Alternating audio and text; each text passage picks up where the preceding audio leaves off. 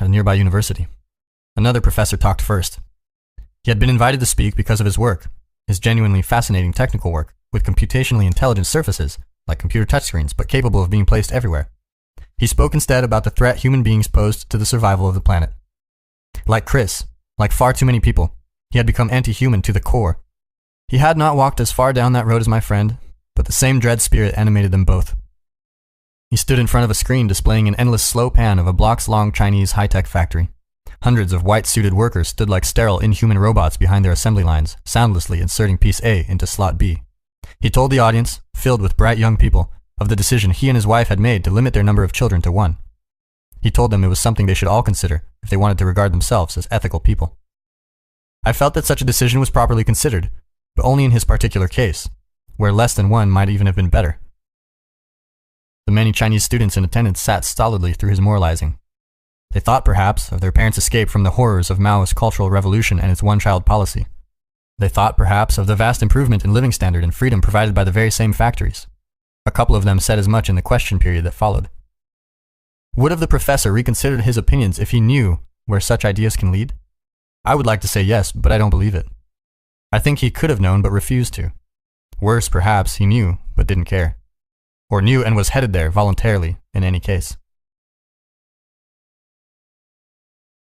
Self-appointed judges of the human race. It has not been long since the Earth seemed infinitely larger than the people who inhabited it.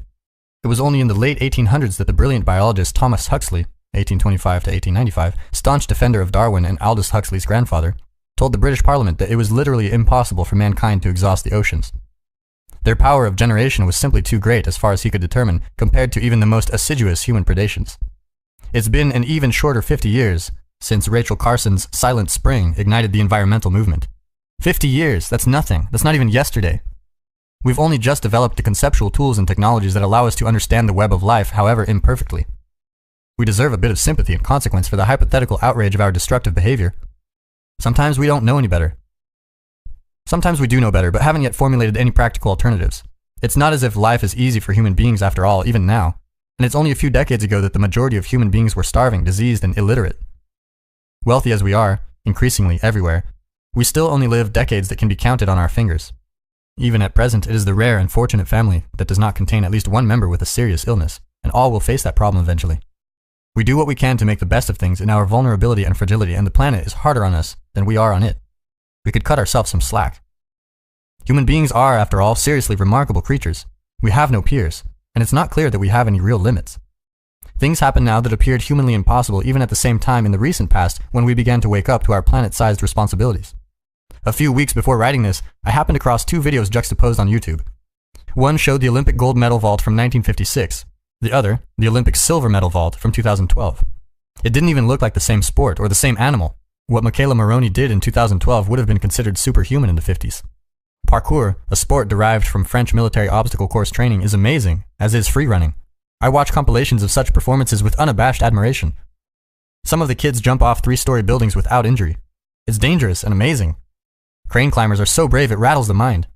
The same goes for extreme mountain bikers, freestyle snowboarders, surfers of 50-foot waves, and skateboarders. The boys who shot up Columbine High School, whom we discussed earlier, had appointed themselves judges of the human race.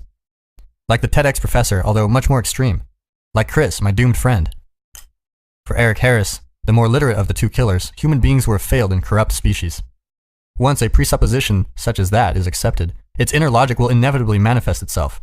If something is a plague, as David Attenborough has it, or a cancer, as the Club of Rome claimed, the person who eradicates it is a hero, a veritable planetary savior in this case. A real messiah might follow through with his rigorous moral logic and eliminate himself as well. This is what mass murderers, driven by near infinite resentment, typically do. Even their own being does not justify the existence of humanity. In fact, they kill themselves precisely to demonstrate the purity of their commitment to annihilation. No one in the modern world may, without objection, express the opinion that existence would be bettered by the absence of Jews, blacks, Muslims, or Englishmen. Why then is it virtuous to propose that the planet might be better off if there were fewer people in it? I can't help but see a skeletal grinning face gleeful at the possibility of the apocalypse, hiding not so very far behind such statements. And why does it so often seem to be the very people standing so visibly against prejudice, who so often appear to feel obligated to denounce humanity itself?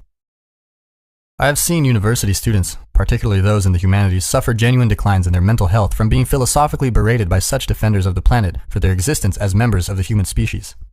It's worse, I think, for young men. As privileged beneficiaries of the patriarchy, their accomplishments are considered unearned. As possible adherents of rape culture, they're sexually suspect. Their ambitions make them plunderers of the planet. They're not welcome. At the junior high school and university level, they're falling behind educationally. When my son was 14, we discussed his grades. He was doing very well, he said matter-of-factly, for a boy. I inquired further.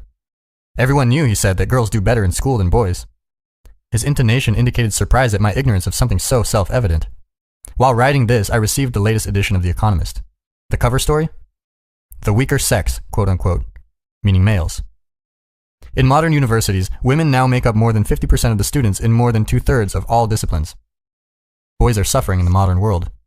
They are more disobedient, negatively, or more independent, positively, than girls, and they suffer for this throughout their pre-university educational career. They are less agreeable, agreeableness being a personality trait associated with compassion, empathy, and avoidance of conflict, and less susceptible to anxiety and depression, at least after both sexes hit puberty. Boys' interests tilt towards things, girls' interests tilt towards people. Strikingly, these differences, strongly influenced by biological factors, are most pronounced in the Scandinavian societies where gender equality has been pushed hardest. This is the opposite of what would be expected by those who insist, ever more loudly, that gender is a social construct. It isn't. This isn't a debate. The data are in. Boys like competition and they don't like to obey, particularly when they are adolescents. During that time, they are driven to escape their families and establish their own independent existence. There is little difference between doing that and challenging authority. Schools, which were set up in the late 1800s precisely to inculcate obedience, do not take kindly to provocative and daring behavior, no matter how tough-minded and competent it might show a boy or a girl to be. Other factors play their role in the decline of boys. Girls will, for example, play boys' games, but boys are much more reluctant to play girls' games. This is in part because it is admirable for a girl to win when competing with a boy.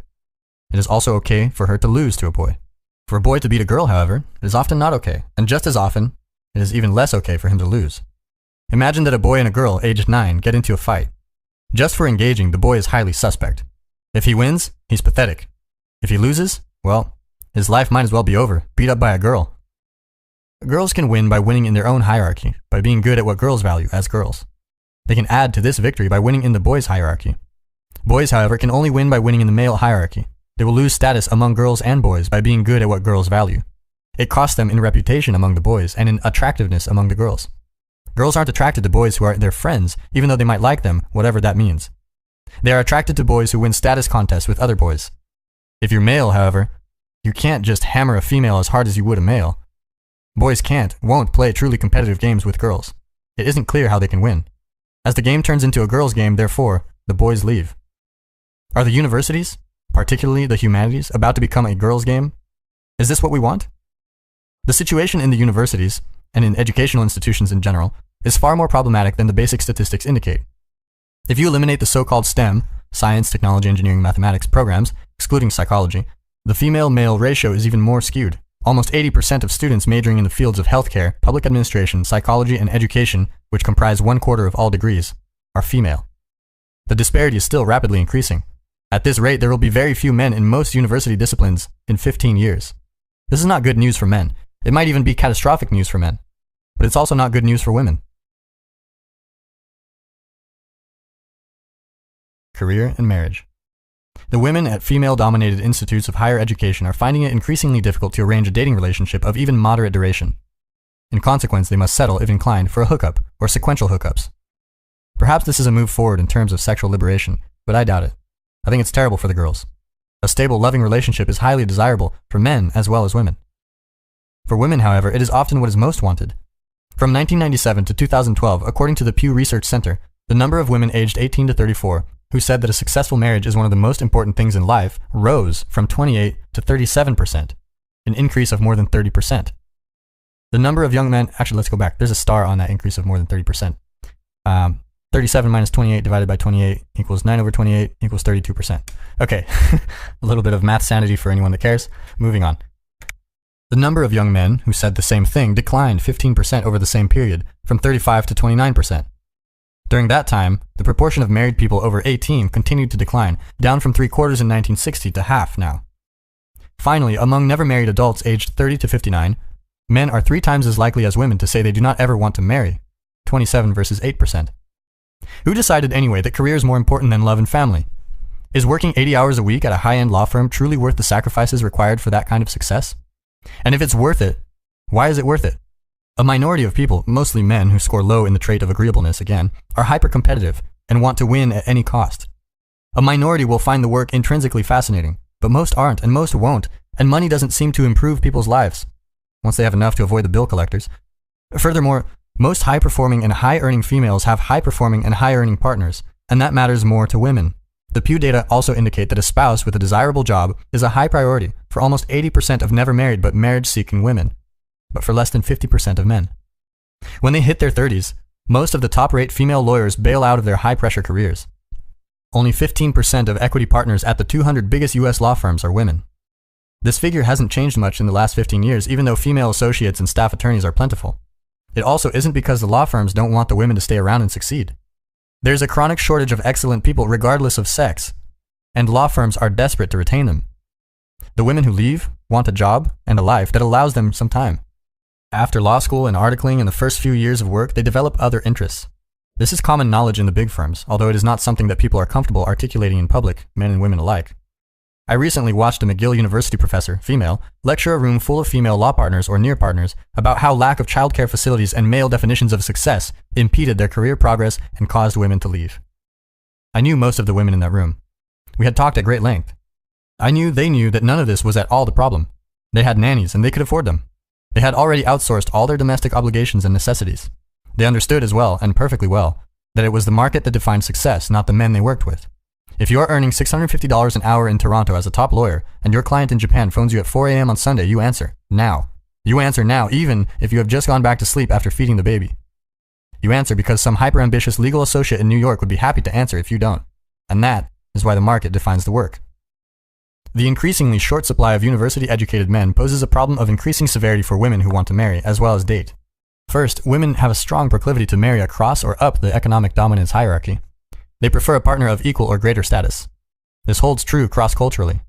The same does not hold, by the way, for men who are perfectly willing to marry across or down, as the Pew data indicate, although they show a preference for somewhat younger mates. The recent trend towards the hollowing out of the middle class has also been increasing as resource-rich women tend more and more to partner with resource-rich men. Because of this, and because of the decline in high-paying manufacturing jobs for men, 1 of 6 men of employable age is currently without work in the US, marriage is now something increasingly reserved for the rich. I can't help finding that amusing, in a blackly ironic manner. The oppressive patriarchal institution of marriage has now become a luxury. Why would the rich tyrannize themselves? Why do women want an employed partner, and preferably one of higher status? In no small part, it's because women become more vulnerable when they have children. They need someone competent to support mother and child when that becomes necessary. It's a perfectly rational compensatory act, although it may also have a biological basis. Why would a woman who decides to take responsibility for 1 or more infants want an adult to look after as well? So the unemployed working man is an undesirable specimen, and single motherhood an undesirable alternative. Children in father-absent homes are 4 times as likely to be poor. That means their mothers are poor too. Fatherless children are at much greater risk for drug and alcohol abuse. Children living with married biological parents are less anxious, depressed, and delinquent than children living with 1 or more non-biological parent. Children in single-parent families are also twice as likely to commit suicide. The strong turn towards political correctness in universities has exacerbated the problem. The voices shouting against oppression have become louder, it seems, in precise proportion to how equal, even now increasingly skewed against men, the schools have become. There are more disciplines in universities forthrightly hostile toward men. These are the areas of study dominated by the postmodern, neo-Marxist claim that Western culture in particular is an oppressive structure, created by white men to dominate and exclude women and other select groups, successful only because of that domination and exclusion. The patriarchy, help or hindrance? Of course, culture is an oppressive structure. It's always been that way. It's a fundamental universal existential reality. The tyrannical king is a symbolic truth, an archetypal constant. What we inherit from the past is willfully blind and out of date. It's a ghost, a machine, and a monster. It must be rescued, repaired, and kept at bay by the attention and effort of the living. It crushes as it hammers us into socially acceptable shape, and it wastes great potential. But it offers great gain, too. Every word we speak is a gift from our ancestors. Every thought we think was thought previously by someone smarter. The highly functional infrastructure that surrounds us, particularly in the West, is a gift from our ancestors. The comparatively uncorrupt political and economic systems, the technology, the wealth, the lifespan, the freedom, the luxury, and the opportunity. Culture takes with one hand, but in some fortunate places it gives more with the other. To think about culture only as oppressive is ignorant and ungrateful as well as dangerous. This is not to say, as I am hoping the content of this book has made abundantly clear so far, that culture should not be subject to criticism. Consider this as well in regard to oppression. Any hierarchy creates winners and losers. The winners are, of course, more likely to justify the hierarchy and the losers to criticize it. But one, the collective pursuit of any valued goal produces a hierarchy, as some will be better and some worse at that pursuit, no matter what it is. And two, it is the pursuit of goals that in large part lends life its sustaining meaning. We experience almost all the emotions that make life deep and engaging as a consequence of moving successfully towards something deeply desired and valued. The price we pay for that involvement is the inevitable creation of hierarchies of success, while the inevitable consequence is difference in outcome. Absolute equality would therefore require the sacrifice of value itself, and then there would be nothing worth living for. We might instead note with gratitude that a complex, sophisticated culture allows for many games and many successful players, and that a well-structured culture allows the individuals that compose it to play and to win in many different fashions. It is also perverse to consider culture the creation of men. Culture is symbolically, archetypically, mythically male. That's partly why the idea of the patriarchy is so easily swallowed. But it is certainly the creation of humankind, not the creation of men, let alone white men who nonetheless contributed their fair share. European culture has only been dominant to the degree that it is dominant at all for about 400 years. On the timescale of cultural evolution, which is to be measured at minimum in thousands of years, such a timespan barely registers. Furthermore, even if women contributed nothing substantial to art, literature, and the sciences prior to the 1960s and the feminist revolution, which is not something I believe, then the role they played raising children and working on the farms was still instrumental in raising boys and freeing up men, a very few men, so that humanity could propagate itself and strive forward. Here's an alternative theory. Throughout history, men and women both struggled terribly for freedom from the overwhelming horrors of privation and necessity. Women were often at a disadvantage during that struggle, as they had all the vulnerabilities of men with the extra reproductive burden and less physical strength.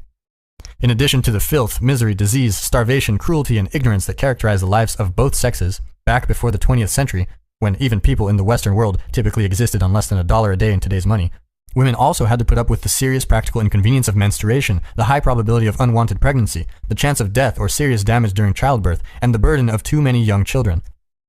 Perhaps that is sufficient reason for the different legal and practical treatment of men and women that characterized most societies prior to the recent technological revolutions, including the invention of the birth control pill.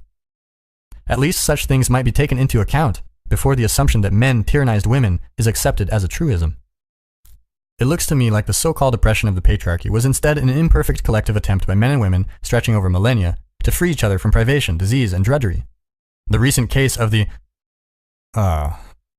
Aranakalam Maruganantham provides a salutary example. This man, the quote-unquote tampon king of India, became unhappy because his wife had to use dirty rags during her menstrual period. She told him it was either expensive sanitary napkins or milk for the family. He spent the next 14 years in a state of insanity by his neighbor's judgment, trying to rectify the problem. Even his wife and his mother abandoned him briefly, terrified as they became of his obsession. When he ran out of female volunteers to test his product, he took to wearing a bladder of pig's blood as a replacement. I can't see how this behavior would have improved his popularity or status. Now, his low-cost and locally made napkins are distributed across India, manufactured by women-run self-help groups. His users have been provided with freedom they never previously experienced. In 2014, this high school dropout was named one of Time magazine's 100 most influential people in the world. I am unwilling to consider personal gain as Maruganantham's primary motivation. Is he part of the patriarchy? In 1847, James Young Simpson used ether to help a woman who had a deformed pelvis give birth. Afterwards, he switched to the better-performing chloroform. The first baby delivered under its influence was named Anastasia. By 1853, chloroform was esteemed enough to be used by Queen Victoria, who delivered her 7th baby under its influence. Remarkably soon afterward, the option of painless childbirth was available everywhere. A few women warned of the danger of opposing God's pronouncement to women in Genesis chapter 3, verse 16. I will greatly multiply thy sorrow and thy conception. In sorrow thou shalt bring forth children. Some also opposed its use among males. Young, healthy, courageous men simply did not need anesthesia. Such opposition was ineffectual. Use of anesthesia spread with extreme rapidity and far faster than would be possible today. Even prominent churchmen supported its use. The first practical tampon, Tampax, didn't arrive until the 1930s. It was invented by Dr. Earl Cleveland Haas. He made it of compressed cotton and designed an applicator from paper tubes. This helped lessen resistance to the product by those who objected to the self-touching that might otherwise occur. By the early 1940s, 25% of women were using them. 30 years later, it was 70%.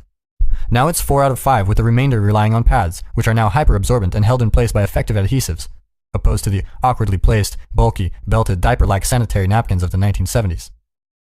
Did Muruganathan, Simpson, and Haas oppress women or free them? What about Gregory Goodwin Pincus, who invented the birth control pill? In what manner were these practical, enlightened, persistent men part of a constricting patriarchy? Why do we teach our young people that our incredible culture is the result of male oppression? Blinded by this central assumption, disciplines as diverse as education, social work, art history, gender studies, literature, sociology, and increasingly, law, actively treat men as oppressors and men's activity as inherently destructive. They also often directly promote radical political action, radical by all the norms of societies within which they are situated, which they do not distinguish from education. The Pauline Jewett Institute of Women's and Gender Studies at Ottawa's Carleton University, for example, encourages activism as a part of their mandate. The Gender Studies Department at Queen's University in Kingston, Ontario, teaches feminist, anti-racist, and queer theories and methods that center activism for social change. That's in quotes, indicating support for the supposition that university education should above all foster political engagement of a particular kind. Postmodernism and the long arm of Marx. These disciplines draw their philosophy from multiple sources. All are heavily influenced by the Marxist humanists. One such figure is Max Horkheimer, who developed critical theory in the 1930s. Any brief summary of his ideas is bound to be oversimplified, but Horkheimer regarded himself as a Marxist. He believed that Western principles of individual freedom or the free market were merely masks that served to disguise the true conditions of the West: inequality, domination, and exploitation. He believed that intellectual activity should be devoted to social change instead of mere understanding, and hoped to emancipate humanity from its enslavement. Horkheimer and his Frankfurt School of Associated Thinkers, first in Germany and later in the US, aimed at a full-scale critique and transformation of Western civilization. More important in recent years has been the work of French philosopher Jacques Derrida, leader of the postmodernists who came into vogue in the late 1970s. Derrida described his own ideas as a radicalized form of Marxism. Marx attempted to reduce history and society to economics, considering culture the oppression of the poor by the rich. When Marxism was put into practice in the Soviet Union, China, Vietnam, Cambodia, and elsewhere, economic resources were brutally redistributed. Private property was eliminated, and rural people forcibly collectivized. The result? Tens of millions of people died. Hundreds of millions more were subject to oppression rivaling that still operative in North Korea, the last classic communist holdout. The resulting economic systems were corrupt and unsustainable. The world entered a prolonged and extremely dangerous Cold War.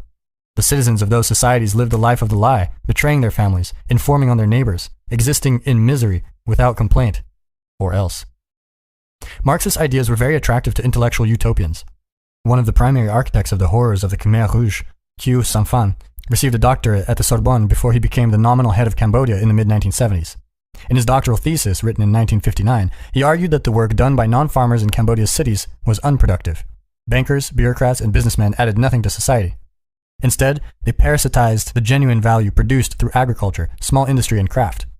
Samphan's ideas were favorably looked upon by the French intellectuals who granted him his PhD. Back in Cambodia, he was provided with the opportunity to put his theories into practice. The Khmer Rouge evacuated Cambodia's cities, drove all the inhabitants into the countryside, closed the banks, banned the use of currency, and destroyed all the markets. A quarter of the Cambodian population were worked to death in the countryside, in the killing fields. Lest we forget, ideas have consequences. When the communists established the Soviet Union after the First World War, people could be forgiven for hoping that the utopian collectivist dreams their new leaders purveyed were possible. The decayed social order of the late 19th century produced the trenches and mass slaughters of the Great War. The gap between the rich and poor was extreme, and most people slaved away in conditions worse than those later described by Orwell. Although the West received word of the horror perpetrated by Lenin after the Russian Revolution, it remained difficult to evaluate his actions from afar. Russia was in post-monarchical chaos, and the news of widespread industrial development and redistribution of property to those who had so recently been serfs provided reason for hope. To complicate things further, the USSR and Mexico supported the Democratic Republicans when the Spanish Civil War broke out in 1936. They were fighting against the essentially fascist nationalists who had overthrown the fragile democracy established only 5 years previously and who found support with the Nazis and Italian fascists. The intelligentsia in America, Great Britain, and elsewhere were severely frustrated by their home country's neutrality. Thousands of foreigners streamed into Spain to fight for the Republicans, serving in the international brigades. George Orwell was one of them. Ernest Hemingway served there as a journalist and was a supporter of the Republicans. Politically concerned young Americans, Canadians, and Brits felt a moral obligation to stop talking and start fighting. All of this drew attention away from the concurrent events in the Soviet Union. In the 1930s, during the Great Depression, the Stalinist Soviets sent 2 million kulaks, their richest peasants, to Siberia, those with a small number of cows, a couple of hired hands, or a few acres more than was typical. From the communist viewpoint, these kulaks had gathered their wealth by plundering those around them and deserved their fate. Wealth signified oppression, and private property was theft. It was time for some equity. More than 30,000 kulaks were shot on the spot. Many more met their fate at the hands of their most jealous, resentful, and unproductive neighbors, who used the high ideals of communist collectivization to mask their murderous intent. The kulaks were enemies of the people, apes, scum, vermin, filth, and swine. "We will make soap out of the kulak," claimed one particularly brutal cater of city dwellers, mobilized by party and Soviet executive committees and sent out into the countryside. The kulaks were driven naked into the streets, beaten, and forced to dig their own graves. The women were raped. Their belongings were expropriated, which in practice meant that their houses were stripped down to the rafters and ceiling beams and everything was stolen. In many places, the non-kulak peasants resisted, particularly the women, who took to surrounding the persecuted families with their bodies. Such resistance proved futile. The kulaks who didn't die were exiled to Siberia, often in the middle of the night. The trains started in February in the bitter Russian cold. Housing of the most substandard kind awaited them upon arrival on the desert taiga. Many died, particularly children, from typhoid, measles, and scarlet fever. The parasitical kulaks were, in general, the most skillful and hardworking farmers. A small minority of people are responsible for most of the production in any field, and farming proved no different. Agricultural output crashed. What little remained was taken by force out of the countryside and into the cities. Rural people who went out into the fields after the harvest to glean single grains of wheat for their hungry families risked execution. 6 million people died of starvation in the Ukraine, the breadbasket of the Soviet Union, in the 1930s. "To eat your own children is a barbarian act," declared posters of the Soviet regime. Despite more than mere rumors of such atrocities, attitudes towards communism remained consistently positive among many Western intellectuals. There were other things to worry about, and the Second World War allied the Soviet Union with the Western countries opposing Hitler, Mussolini, and Hirohito. Certain watchful eyes remained open, nonetheless. Malcolm Muggeridge published a series of articles describing Soviet demolition of the peasantry as early as 1933 for the Manchester Guardian. George Orwell understood what was going on under Stalin, and he made it widely known. He published Animal Farm, a fable satirizing the Soviet Union in 1945, despite encountering serious resistance to the book's release. Many who should have known better retained their blindness for long after this. Nowhere was this truer than France, and nowhere truer in France than among the intellectuals. France's most famous mid-century philosopher, Jean-Paul Sartre, was a well-known communist, although not a card carrier, until he denounced the Soviet incursion into Hungary in 1956. He remained an advocate for Marxism nonetheless and did not finally break with the Soviet Union until 1968, when the Soviets violently suppressed the Czechoslovakians during the Prague Spring. Not long after came the publication of Alexander Solzhenitsyn's The Gulag Archipelago, which we have discussed rather extensively in previous chapters. As noted, and is worth noting again, this book utterly demolished communism's moral credibility, first in the West, and then in the Soviet system itself. It circulated in underground samizdat format. Russians had 24 hours to read their rare copy before handing it to the next waiting mind. A Russian-language reading was broadcast into the Soviet Union by Radio Liberty. Solzhenitsyn argued that the Soviet system could have never survived without tyranny and slave labor, that the seeds of its worst excesses were definitively sowed in the time of Lenin, for whom the Western communists still served as apologists, and that it was propped up by endless lies, both individual and public. Its sins could not be blamed on a single cult of personality, as its supporters continued to claim. Solzhenitsyn documented the Soviet Union's extensive mistreatment of political prisoners, its corrupt legal system, and its mass murders, and showed in painstaking detail how these were not aberrations but direct expressions of the underlying communist philosophy. No one could stand up for communism after the Gulag Archipelago, not even the communists themselves. This did not mean that the fascination Marxist ideas had for intellectuals, particularly French intellectuals, disappeared. It merely transformed. Some refused outright to learn. Sartre denounced Solzhenitsyn as a dangerous element. Derrida, more subtle, substituted the idea of power for the idea of money, and continued on his merry way. Such linguistic sleight of hand gave all the barely repentant Marxists still inhabiting the intellectual pinnacles of the West the means to retain their worldview. Society was no longer repression of the poor by the rich, it was oppression of everyone by the powerful. According to Derrida, hierarchical structures emerged only to include the beneficiaries of that structure, and to exclude everyone else who was therefore oppressed. Even that claim wasn't sufficiently radical. Derrida claimed that divisiveness and oppression were built right into language, built into the very categories we use to pragmatically simplify and negotiate the world. There are women only because men gain by excluding them. There are males and females only because members of that more heterogeneous group benefit by excluding the tiny minority of people whose biological sexuality is amorphous. Science only benefits the scientists. Politics only benefits the politicians. In Derrida's view, hierarchies exist because they gain from oppressing those who are omitted. It is this ill-gotten gain that allows them to flourish. Derrida famously said, although he denied it later, "Il n'y a pas du hors texte," often translated as, "there is nothing outside the text." His supporters say that this is a mistranslation, and that the English equivalent should have been, "there is no outside text." It remains difficult either way to read the statement as saying anything other than, everything is interpretation, and that is how Derrida's work has generally been interpreted. It is almost impossible to overestimate the nihilistic and destructive nature of this philosophy. It puts the act of categorization itself in doubt. It negates the idea that distinctions might be drawn between things for any reasons other than that of raw power. Biological distinctions between men and women, despite the existence of an overwhelming multidisciplinary scientific literature indicating that sex differences are powerfully influenced by biological factors, science is just another game of power for Derrida and his postmodernist Marxist acolytes, making claims to benefit those at the pinnacle of the scientific world. There are no facts. Hierarchical position and reputation as a consequence of skill and competence. All definitions of skill and of competence are merely made up by those who benefit from them to exclude others and to benefit personally and selfishly.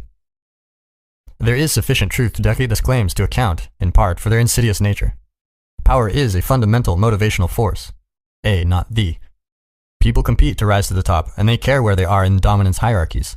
But, and this is where you separate the metaphorical boys from the men philosophically, the fact that power plays a role in human motivation does not mean that it plays the only role, or even the primary role. Likewise, the fact that we can never know everything does make all our observations and utterances dependent on taking some things into account and leaving other things out, as we discussed extensively in Rule 10. That does not justify the claim that everything is interpretation or that categorization is just exclusion. Beware of single cause interpretations, and beware the people who purvey them. Although the facts cannot speak for themselves, just as an expanse of land spread out before a voyager cannot tell him how to journey through it, and although there are a myriad ways to interact with, even to perceive, even a small number of objects, that does not mean that all interpretations are equally valid. Some hurt yourself and others. Others put you on a collision course with society. Some are not sustainable across time. Others do not get you where you want to go. Many of these constraints are built into us as a consequence of billions of years of evolutionary processes. Others emerge as we are socialized into cooperating and competing peacefully and productively with others. Still more interpretations emerge as we discard counterproductive strategies through learning. An endless number of interpretations, certainly. That is not different than saying an endless number of problems, but a seriously bounded number of viable solutions. Otherwise, life would be easy. And it's not. Now, I have some beliefs that might be regarded as left-leaning. I think, for example, that the tendency for valuable goods to distribute themselves with pronounced inequality constitutes an ever-present threat to the stability of society. I think there's good evidence for that. That does not mean that the solution to the problem is self-evident. We don't know how to redistribute wealth without introducing a whole host of other problems. Different Western societies have tried different approaches. The Swedes, for example, push equality to its limit. The US takes the opposite tack, assuming that the net wealth creation of a more free-for-all capitalism constitutes the rising tide that lifts all boats. The results of these experiments are not all in, and countries differ very much in relevant ways. Differences in history, geographic area, population size, ethnic diversity make direct comparisons very difficult. But it certainly is the case that forced redistribution in the name of utopian equality is a cure to shame the disease. I think, as well, on what might be considered the leftist side, that the incremental remake of university administrations into analogues of private corporations is a mistake. I think that the science of management is a pseudo-discipline. I believe that government can sometimes be a force for good, as well as the necessary arbiter of a small set of necessary rules. Nonetheless, I do not understand why our society is providing public funding to institutions and educators whose stated, conscious and explicit aim is the demolition of the culture that supports them. Such people have a perfect right in their opinions and actions if they remain lawful, but they have no reasonable claim to public funding. If radical right-wingers were receiving state funding for political operations disguised as university courses, as the radical left-wingers clearly are, the uproar from progressives across North America would be deafening. There are other serious problems lurking in the radical disciplines apart from the falseness of their theories and methods and their insistence that collective political activism is morally obligatory. There isn't a shred of hard evidence to support any of their central claims, that Western society is pathologically patriarchal, that the prime lesson of history is that men, rather than nature, were the primary source of the oppression of women, rather than, as in most cases, their partners and supporters, that all hierarchies are based on power and aimed at exclusion. Hierarchies exist for many reasons, some arguably valid, some not, and are incredibly ancient evolutionarily speaking. Do male crustaceans oppress female crustaceans? Should their hierarchies be upended? In societies that are well functioning, not in comparison to a hypothetical utopia, but contrasted with other existing or historical cultures, competence, not power, is a prime determiner of status. Competence, ability, skill, not power. This is obvious both anecdotally and factually. No one with brain cancer is equity-minded enough to refuse the service of the surgeon with the best education, the best reputation, and perhaps the highest earnings. Furthermore, the most valid personality trait predictors of long-term success in Western countries are intelligence, as measured with cognitive ability or IQ tests, and conscientiousness, a trait characterized by industriousness and orderliness. There are exceptions. Entrepreneurs and artists are higher in openness to experience, another cardinal personality trait, than in conscientiousness. But openness is associated with verbal intelligence and creativity, so that exception is appropriate and understandable. The predictive power of these traits, mathematically and economically speaking, is exceptionally high, among the highest in terms of power of anything ever actually measured at the harder ends of the social sciences. A good battery of personality/cognitive tests can increase the probability of employing someone more competent than average from 50-50 to 85-15. These are the facts, as well supported as anything in the social sciences, and this is saying more than you might think, as the social sciences are more effective disciplines than their cynical critics appreciate. Thus, not only is the state supporting one-sided radicalism, it is also supporting indoctrination. We do not teach our children that the world is flat. Neither should we teach them unsupported ideologically predicated theories about the nature of men and women, or the nature of hierarchy. It is not unreasonable to note, if the deconstructionists would leave it at that science can be biased by the interests of power, and to warn against that, or to point out that evidence is too often what powerful people, including scientists, decide it is. After all, scientists are people too, and people like power, just like just like lobsters like power. Just like deconstructionists like to be known for their ideas and strive rightly to sit atop their academic hierarchies. But that doesn't mean that science, or even deconstructionism, is only about power. Why believe such a thing? Why insist upon it? Perhaps it's this: if only power exists, then the use of power becomes fully justifiable. There is no bounding such use by evidence, method, logic, or even the necessity for coherence. There's no bounding by anything outside the text. That leaves opinion and force. And the use of force is all too attractive under such circumstances, just as its employment in the service of that opinion is all too certain. The insane and incomprehensible postmodern insistence that all gender differences are socially constructed, for example, becomes all too understandable when its moral imperative is grasped, when its justification for force is once and for all understood. Society must be altered, or bias eliminated until all outcomes are equitable. But the bedrock of the social constructionist position is the wish for the latter, not the belief in the justice of the former. Since all outcome inequalities must be eliminated, inequality being the heart of all evil, then all gender differences must be regarded as socially constructed. Otherwise, the drive for equality would be too radical, and the doctrine too blatantly propagandistic. Thus, the order of logic is reversed, so that the ideology can be camouflaged. The fact that such statements lead immediately to internal inconsistencies within the ideology is never addressed. Gender is constructed, but an individual who desires gender reassignment surgery is to be unarguably considered a man trapped in a woman's body, or vice versa.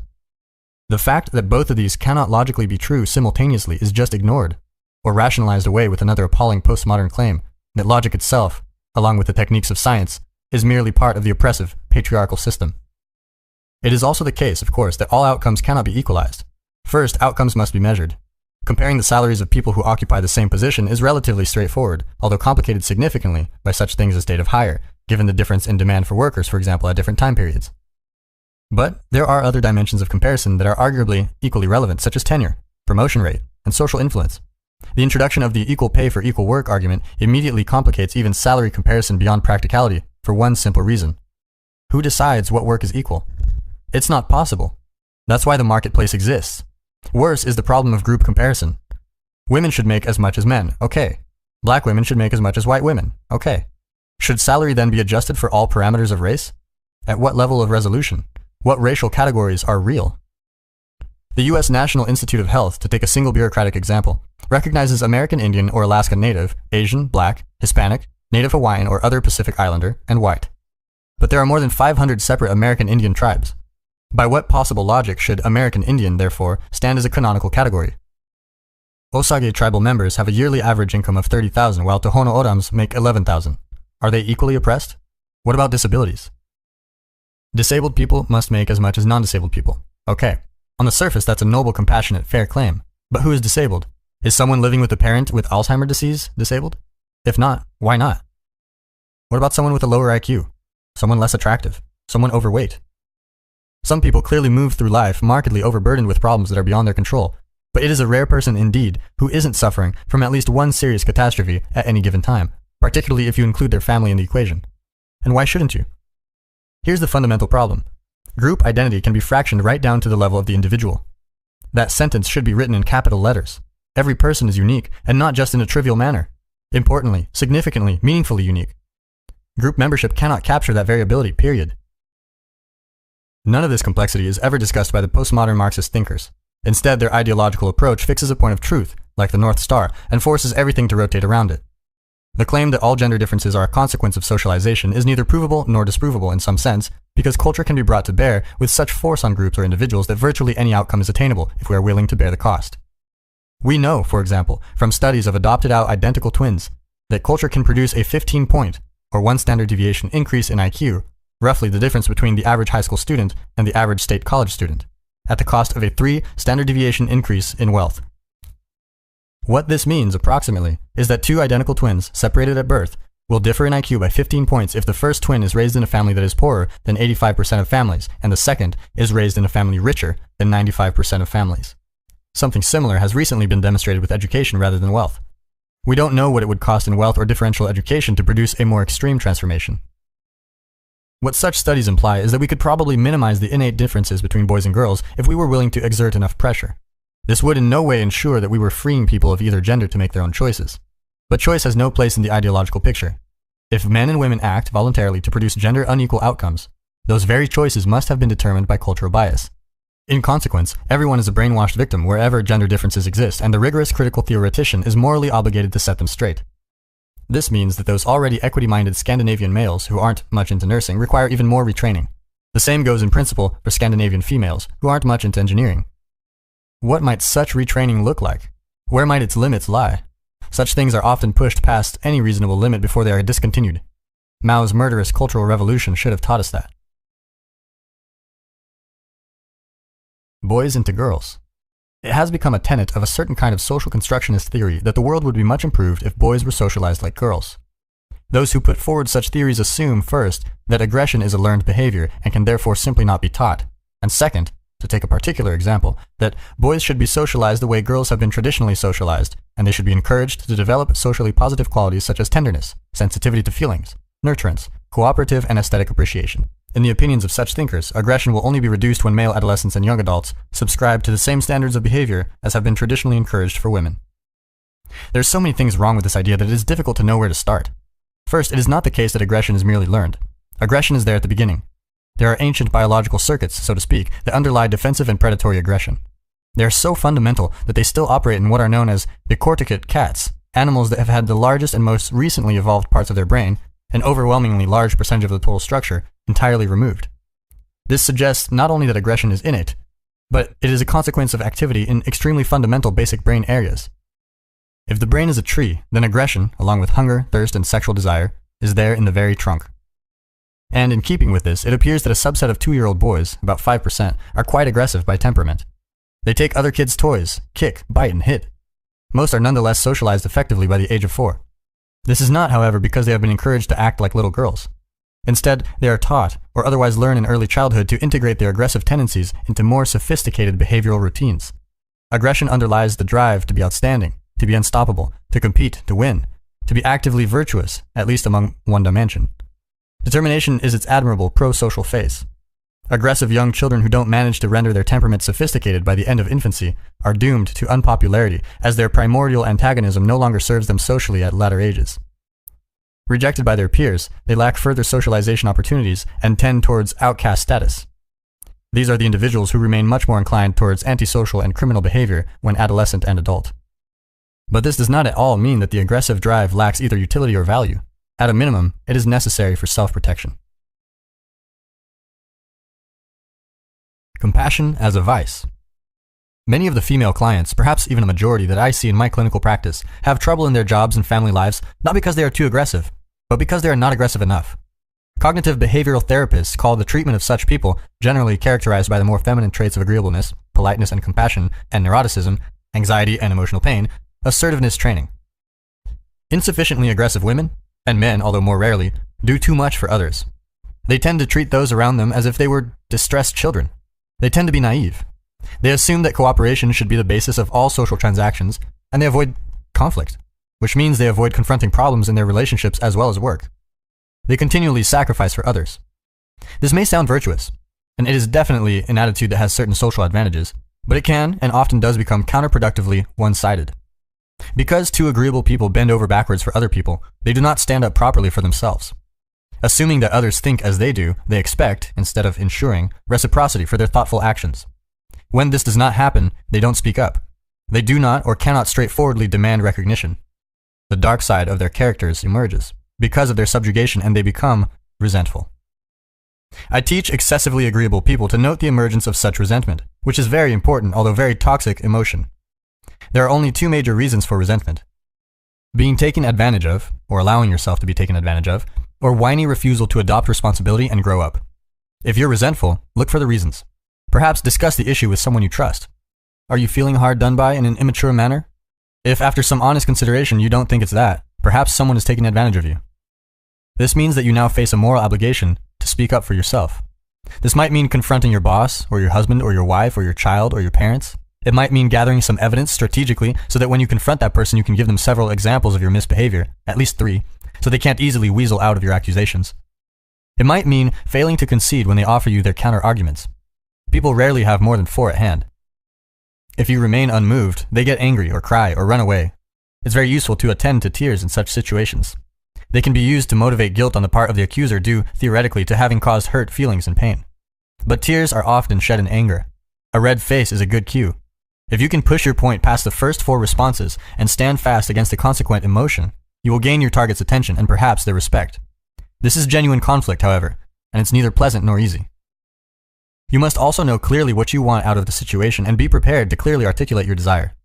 It's a good idea to tell the person you are confronting exactly what you would like them to do instead of what they have done or currently are doing. You might think, if they loved me, they would know what to do. That's the voice of resentment. Assume ignorance before malevolence. No one has a direct pipeline to your wants and needs, not even you. If you try to determine exactly what you want, you might find that it is more difficult than you think. The person oppressing you is likely no wiser than you, especially about you. Tell them directly what would be preferable instead, after you have sorted it out. Make your request as small and reasonable as possible, but ensure that its fulfillment would satisfy you. In that manner, you come to the discussion with a solution instead of just a problem. Agreeable, compassionate, empathic, conflict-averse people, all those traits grouped together, let people walk on them, and they get bitter. They sacrifice themselves for others, sometimes excessively, and cannot comprehend why that is not reciprocated. Agreeable people are compliant, and this robs them of their independence. The danger associated with this can be amplified by high-trait neuroticism. Agreeable people will go along with whoever makes a suggestion instead of insisting, at least sometimes, on their own way. So they lose their way, and become indecisive and too easily swayed. If they are, in addition, easily frightened and hurt, they have even less reason to strike out on their own, as doing so exposes them to threat and danger, at least in the short term. That's the pathway to dependent personality disorder, technically speaking. It might be regarded as the polar opposite of antisocial personality disorder, the set of traits characteristic of delinquency in childhood and adolescence and criminality in adulthood. It would be lovely if the opposite of a criminal was a saint, but it's not the case. The opposite of a criminal is an Oedipal mother, which is its own type of criminal. The Oedipal mother, and fathers can play this role too, but it's comparatively rare, says to her child, "I only live for you." She does everything for her children. She ties their shoes and cuts up their food and lets them crawl into bed with her and her partner far too often. That's a good and conflict-avoidant method for avoiding unwanted sexual attention as well. The Oedipal mother makes a pact with herself, her children, and the devil himself. The deal is this: above all, never leave me. In return, I will do everything for you. As you age without maturing, you will become worthless and bitter, but you will never have to take any responsibility, and everything you do that's wrong will always be someone else's fault. The children can accept or reject this, and they have some choice in the matter. The Oedipal mother is the witch in the story of Hansel and Gretel.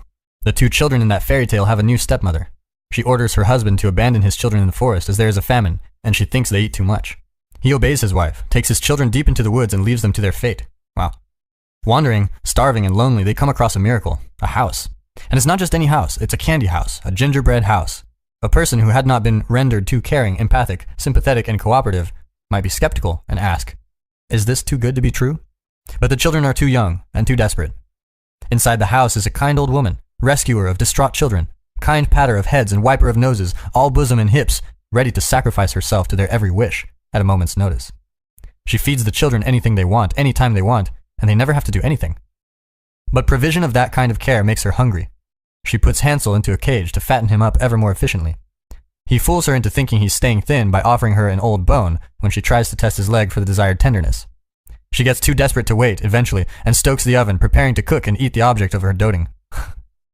Gretel, who has apparently not been lulled into full submission, waits for a moment of carelessness and pushes the kind old woman into the oven. The kids run away and rejoin their father, who has thoroughly repented of his evil actions. In a household like that, the choicest cut of child is the spirit, and it's always consumed first. Too much protection devastates the developing soul. The witch in the Hansel and Gretel tale is the terrible mother, the dark half of the symbolically feminine. Deeply social as we are in our essence, we tend to view the world as a story, the characters of which are mother, father, and child. The feminine as a whole is unknown nature outside the bounds of culture, creation, and destruction. She is the protective arms of mother and the destructive element of time, the beautiful virgin mother and the swamp-dwelling hag. This archetypal entity was confused with an objective, historical reality back in the later 1800s by a Swiss anthropologist named Johann Jakob Bachofen. Bachofen proposed that humanity had passed through a series of developmental stages in its history. The first, roughly speaking, after a somewhat anarchic and chaotic beginning, was das Mutterrecht. Das Mutterrecht.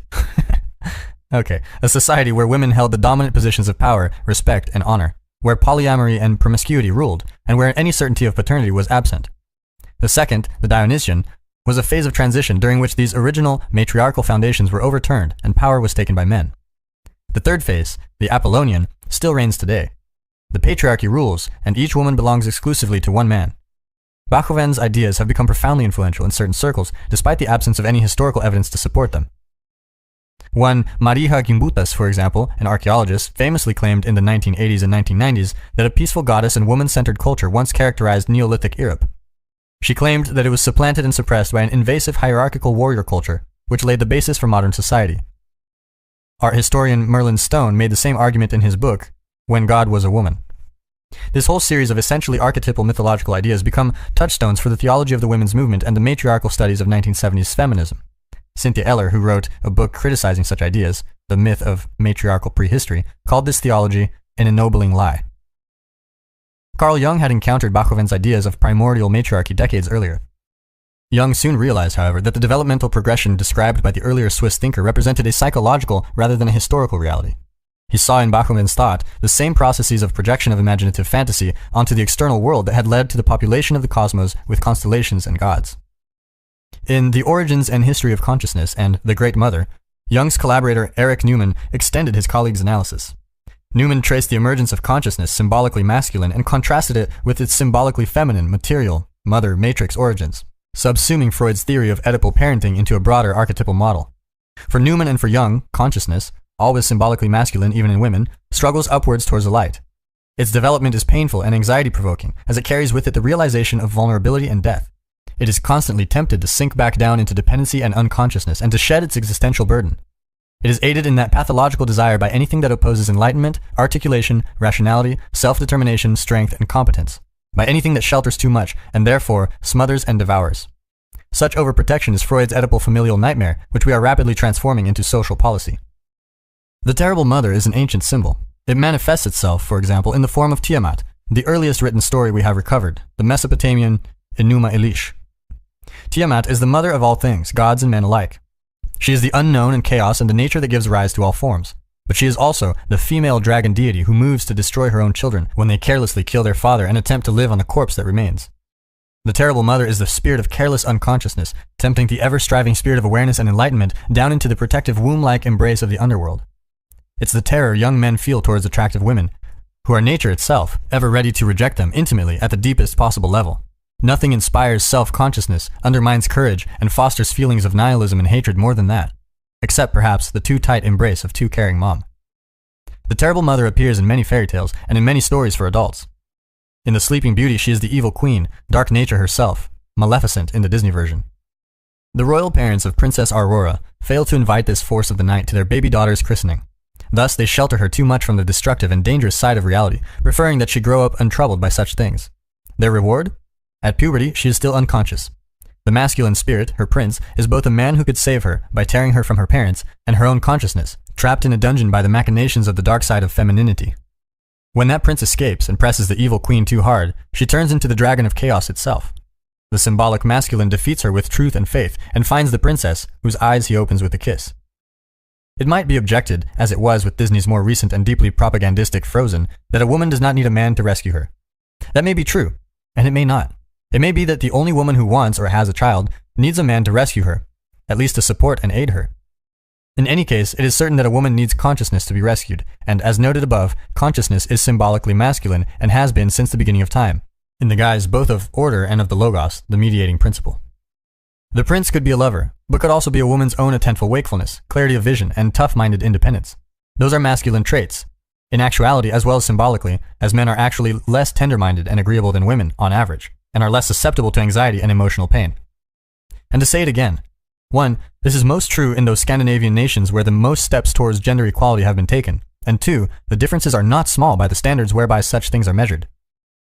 The relationship between the masculine and the consciousness is also portrayed symbolically in the Disney movie The Little Mermaid. Ariel, the heroine, is quite feminine, but she also has a strong spirit of independence.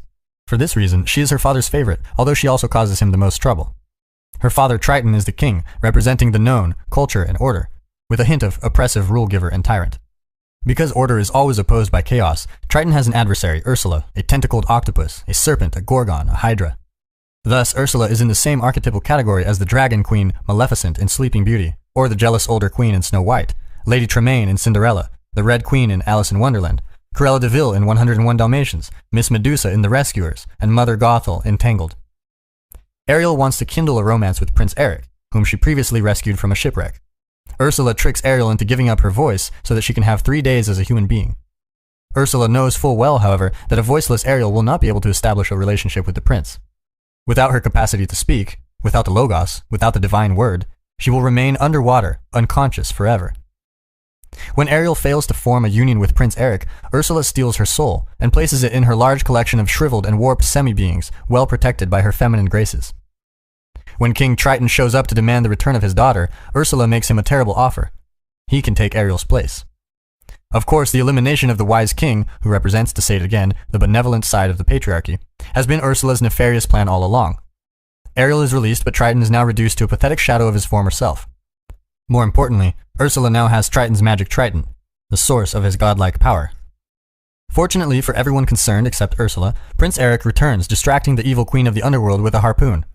This opens an opportunity for Ariel to attack Ursula, who grows in response to monstrous proportions, in the same manner as Maleficent, Sleeping Beauty's evil queen.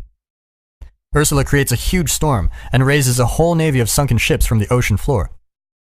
As she prepares to kill Ariel, Eric commandeers a wrecked ship and rams her with its broken bowsprit. Triton and the other captured souls are released. Hooray! The rejuvenated Triton then transforms his daughter into a human being so she can remain with Eric.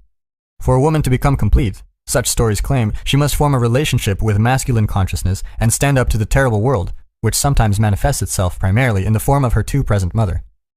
An actual man can help her do that, to some degree, but it is better for everyone concerned when no one is too dependent. One day when I was a kid, I was out playing softball with some friends.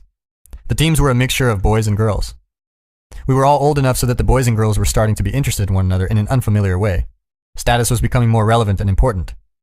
My friend Jake and I were about to come to blows, pushing each other around near the pitching mound, when my mom walked by. She was a fair distance away, about 30 yards, but I could immediately see by the change in her body language that she knew what was going on. Of course, the other kids saw her as well. She walked right by. I knew that hurt her. Part of her was worried that I would come home with a bloody nose and a black eye. It would have been easy enough for her to just yell, "Hey, you kids, quit that!" or even to come over and interfere, but she didn't. A few years later, when I was having teenage trouble with my dad, my mom said, "If it was too good at home, you'd never leave." My mom is a tender-hearted person. She's empathetic and cooperative and agreeable. Sometimes she lets people push her around. When she went back to work after being at home with her young kids, she found it challenging to stand up to the men. Sometimes that made her resentful, something she also feels sometimes in relationship to my father, who is strongly inclined to do what he wants when he wants to. Despite all that, she's no Oedipal mother. She fostered the independence of her children, even though doing so was often hard on her. She did the right thing, even though it caused her emotional distress. Toughen up, you weasel. I spent one youthful summer on the prairie of central Saskatchewan working on a railway line crew. Every man in that all-male group was tested by the others during the first 2 weeks or so of their hiring. Many of the other workers were Northern Cree Indians, quiet guys for the most part, easygoing until they drank too much and the chips on their shoulders started to show. They had been in and out of jail, as had most of their relatives. They didn't attach much shame to that, considering it just another part of the white man's system. It was also warm in jail in the winter, and the food was regular and plentiful. I lent one of the Cree guys $50 at one point. Instead of paying me back, he offered me a pair of bookends cut from some of the original rail laid across Western Canada, which I still own. That was better than the $50. When a new guy first showed up, the other workers would inevitably provide him with an insulting nickname.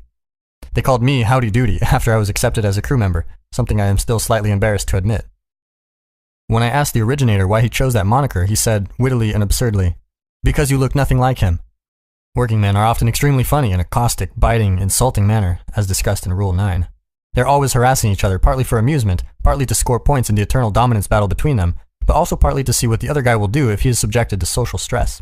It's part of the process of character evaluation as well as camaraderie. When it works well, when everybody gets and gives as good as they get and can give and take, it's a big part of what allows men who work for a living to tolerate or even enjoy laying pipe and working on oil rigs and lumberjacking and working in restaurant kitchens and all the other hot, dirty, physically demanding and dangerous work that is still done almost totally by men. Not too long after I started on the rail crew, my name was changed to Howdy. This was a great improvement, as it had good Western connotation and was not obviously linked to that stupid puppet. The next man hired was not so fortunate. He carried a fancy lunch bucket, which was a mistake, as brown paper bags were the proper, non-pretentious convention. It was a little too nice and too new. It looked like maybe his mother had bought it and packed it for him. Thus, it became his name. Lunch Bucket was not a good-humored guy. He bitched about everything and had a bad attitude. Everything was someone else's fault. He was touchy and none too quick on the draw. Lunch Bucket couldn't accept his name or settle into his job. He adopted an attitude of condescending irritation when addressed and reacted to the work in the same manner. He was not fun to be around and he couldn't take a joke. That's fatal on a work crew. After about 3 days of carrying on with this ill humor and general air of hard-done-by superiority, Lunch Bucket started to experience harassment extending well beyond his nickname. He would be peevishly working away on the line, surrounded by about 70 men spread out over a quarter mile. Suddenly a pebble would appear out of nowhere, flying through the air, aimed at his hard hat. A direct hit would produce a thunking sound, deeply satisfying to all the quietly attending onlookers. Even this failed to improve his humor, so the pebbles got larger. Lunch Bucket would involve himself in something and forget to pay attention. Then, thunk! A well-aimed stone would nail him on the noggin, producing a burst of irritated and ineffectual fury. Quiet amusement would ripple down the rail line. After a few days of this, no wiser, and carrying a few bruises, Lunch Bucket vanished. Men enforce a code of behavior on each other when working together. Do your work, pull your weight, stay awake and pay attention, don't whine or be touchy, stand up for your friends. Don't suck up and don't snitch. Don't be a slave to stupid rules. Don't, in the immortal words of Arnold Schwarzenegger, be a girly man. Girly man! Don't be dependent, at all, ever, period. The harassment that is part of acceptance on a working crew is a test. Are you tough, entertaining, competent, and reliable? If not, go away. Simple as that. We don't need to feel sorry for you. We don't want to put up with your narcissism, and we don't want to do your work. There was a famous advertisement in the form of a comic strip issued a few decades ago by the bodybuilder Charles Atlas. It was titled, "The Insult That Made a Man Out of Mac," and could be found in almost every comic book, most of which were read by boys. Mac, the protagonist, is sitting on a beach blanket with an attractive young woman. A bully runs by and kicks sand in both of their faces. Mac objects. The much larger man grabs him by the arm and says, "Listen here, I'd smash your face. Only you're so skinny you might dry up and blow away." The bully departs. Mac says to the girl, "The big bully? I'll get even someday." She adopts a provocative pose and says, "Oh, don't let it bother you, little boy." Mac goes home, considers his pathetic physique, and buys the Atlas program. Soon he has a new body. The next time he goes to the beach, he punches the bully in the nose. The now admiring girl clings to his arm. "Oh, Mac," she says, "you're a real man after all." That's kind of a